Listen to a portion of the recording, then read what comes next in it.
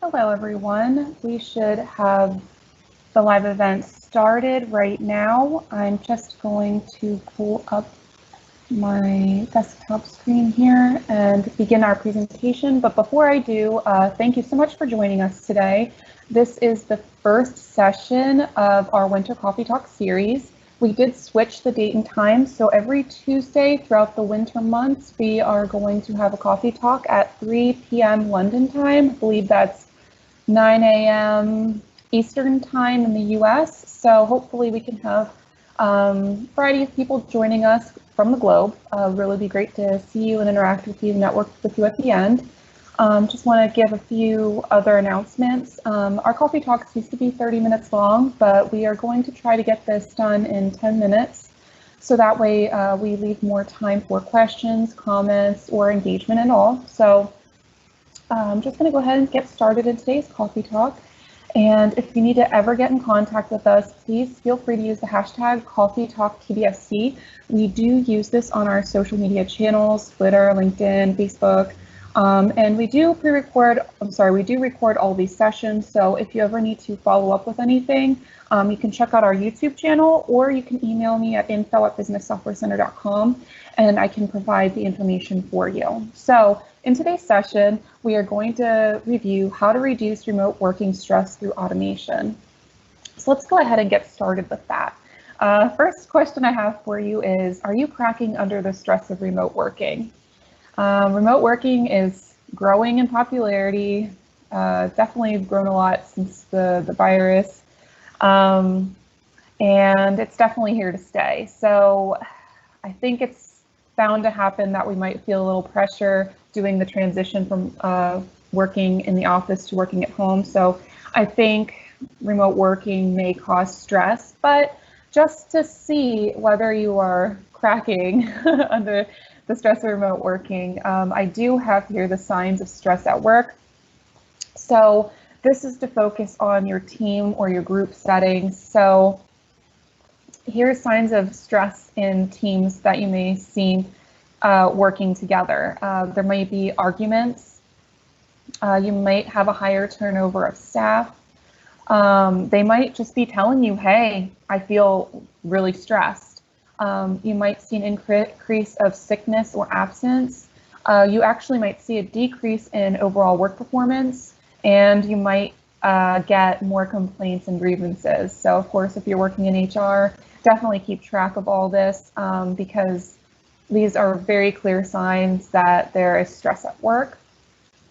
And here are the signs for specific employees. So say you're just concerned about another employee, or you're just trying to look into the welfare of somebody else, or say you're feeling overwhelmed and maybe these check the boxes for you and maybe you're experiencing stress. So here's some signs of stress for just an individual person, individual employee: taking time off, arriving late for work. So this would include not being prepared for Teams meetings, for instance, not wanting the camera turned on because of just like not feeling prepared.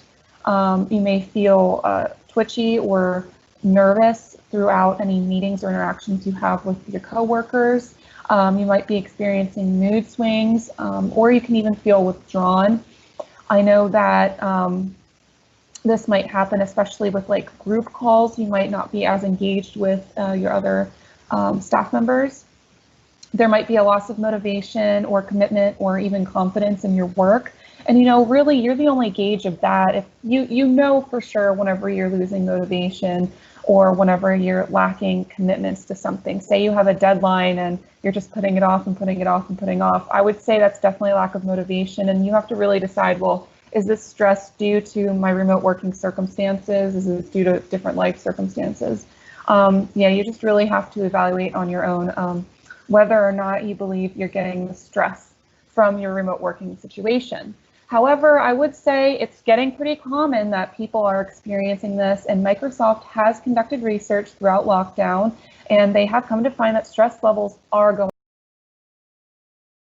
up. They looked over the past 6 months, and they've definitely seen increases in stress with remote working. So I'm here to tell you very quickly the solution.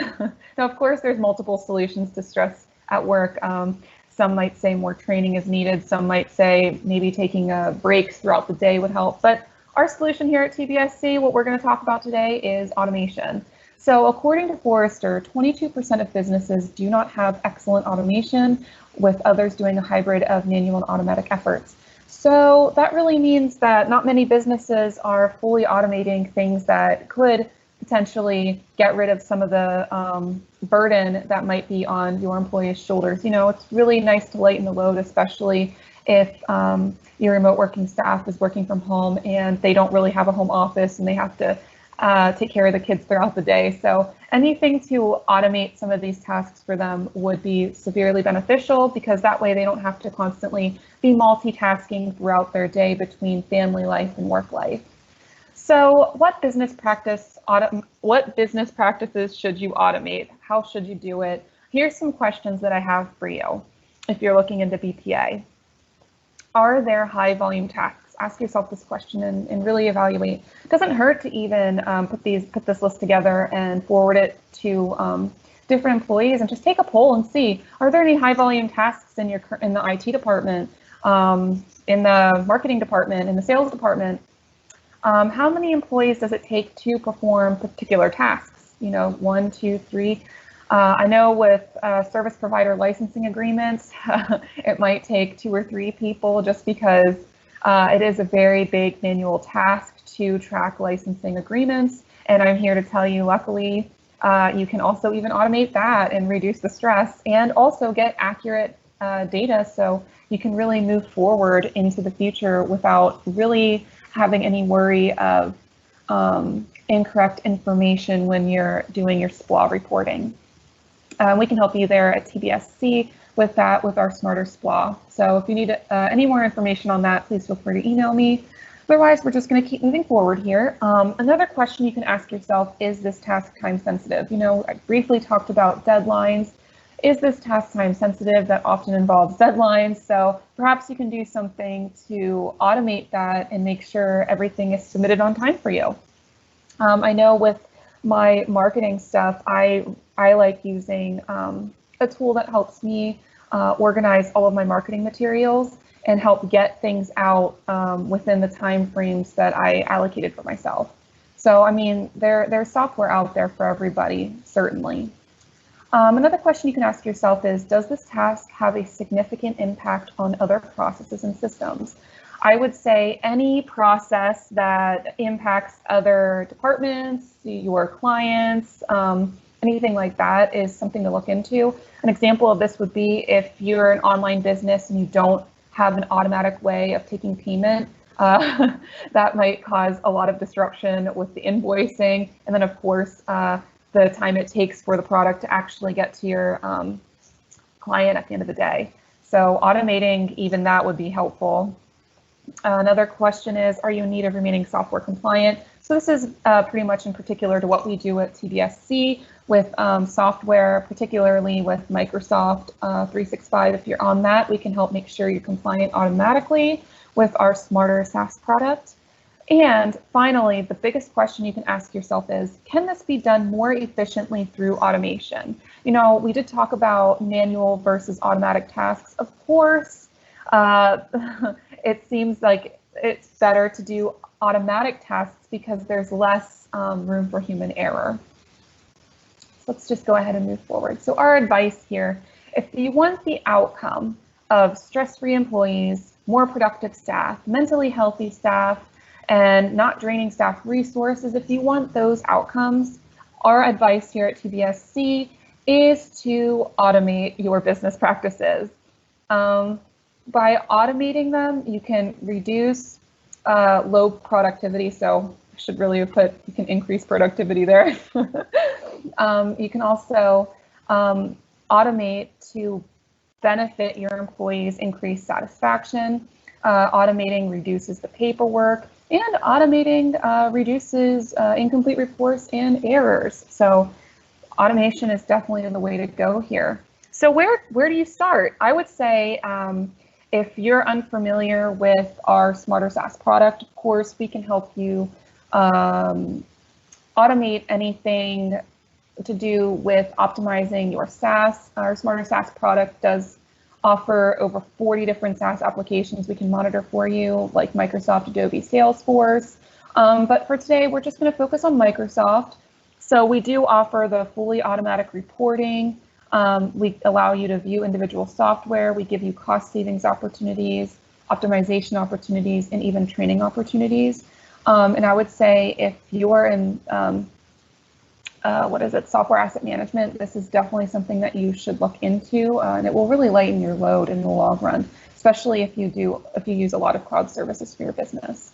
Now, on the other hand, if you're just looking for a cloud solution for everyday communication, I would say certainly using Microsoft 365 is obviously the way to go. I mean, we hear the big debate between Teams, Zoom, or Google, and I would say Teams is the winner as far as it being already provided in the Microsoft license for your business, because that includes the Word, the Excel, PowerPoint. It includes all these applications, including Teams. So why not use Microsoft Teams as a form of what you're already purchasing? And what's really nice about Microsoft 365 is in 2021, so very shortly in the new year here, they are releasing the Headspace app with their Teams. It's going to be integrated in, so it will allow time for breaks to be scheduled, help your employees feel more productive. There was a big article about it on Microsoft, so if you'd like access to the article, please email me at info@businesssoftwarecenter.com and I can send it over your way so you can learn more. We are coming to the end of our talk today, so I really hope that this quick 10 minutes was beneficial for you. And I just wanted to end today by saying we do have a free trial of our Smarter SaaS. It's a 14-day trial. You can sign up for it through our website.